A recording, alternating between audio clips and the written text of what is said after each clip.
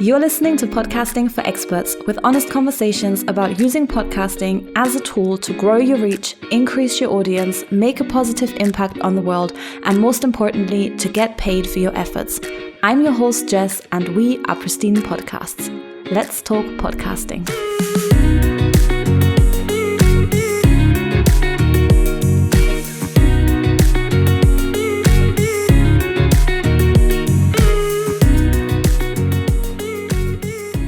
Hey everyone, and welcome back. This is episode 6, and in this episode, we're taking a quick look at your podcast name and why choosing the right name is important, but it really shouldn't take months.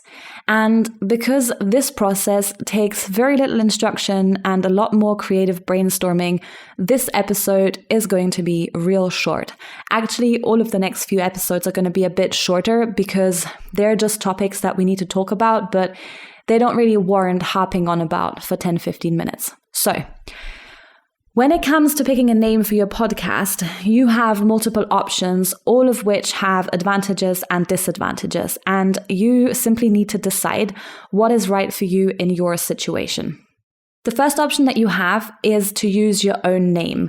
This is actually the easiest thing to do, but it's the one that I'd recommend the least. This is an approach that works well for people that already have a massive audience, and if that was you, let's be honest, you probably wouldn't be listening to me right now because you might end up having a team doing this for you. Examples of this would be the Tim Ferriss Show or the Gary Vee audio experience. All right. So using your name is an option, but it's probably not the thing that I would recommend that you go for. The second option that you have is to use a keyword that describes your show. And this personally is my favorite approach because you're getting some immediate SEO benefit and it is extremely clear to people what your show is about. So we, for example, went with Podcasting for Experts because you're an expert and you want to have a podcast, and that is exactly who I want to be talking to. So for me, it wasn't worth coming up with like a super creative name that would tell people absolutely nothing about the show. I want to maximize people finding our show and people knowing exactly what it is about straight away. So that's why I prefer the kind of keyword-based approach. The third option that you have is a little bit different, and I would say that there are certain situations where I would go for this creative approach over a keyword-based approach. For example, if you have a more generalized podcast, or you have a podcast that is very feeling-based, then this third option might work well for you, and it's this. So you basically would name your podcast by using words or sentences that evoke a specific feeling in the person that reads it.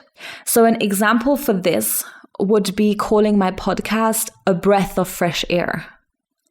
I would have no clue what this show is actually about, but if I stumbled across it and I saw some content that related to something in the show, I'd be intrigued to give it a go.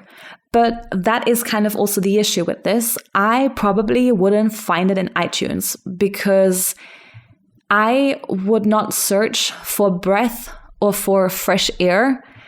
And if, let's say, you have a personal development podcast, the name A Breath of Fresh Air might work really well, but there's a lot of competition, and just optimizing your description, which we'll talk about in one of the upcoming episodes, but just optimizing your description might not give you enough of a ranking within the search to make that kind of name worth it. But on the flip side, it could be that you're also in an industry where all the keyword-based names that you would like to use are really already taken. Someone's already thought of that. And now something more creative is actually going to be your only option. So there is, as always, no right way to be doing this. There's just what works for you and what's not going to work for you.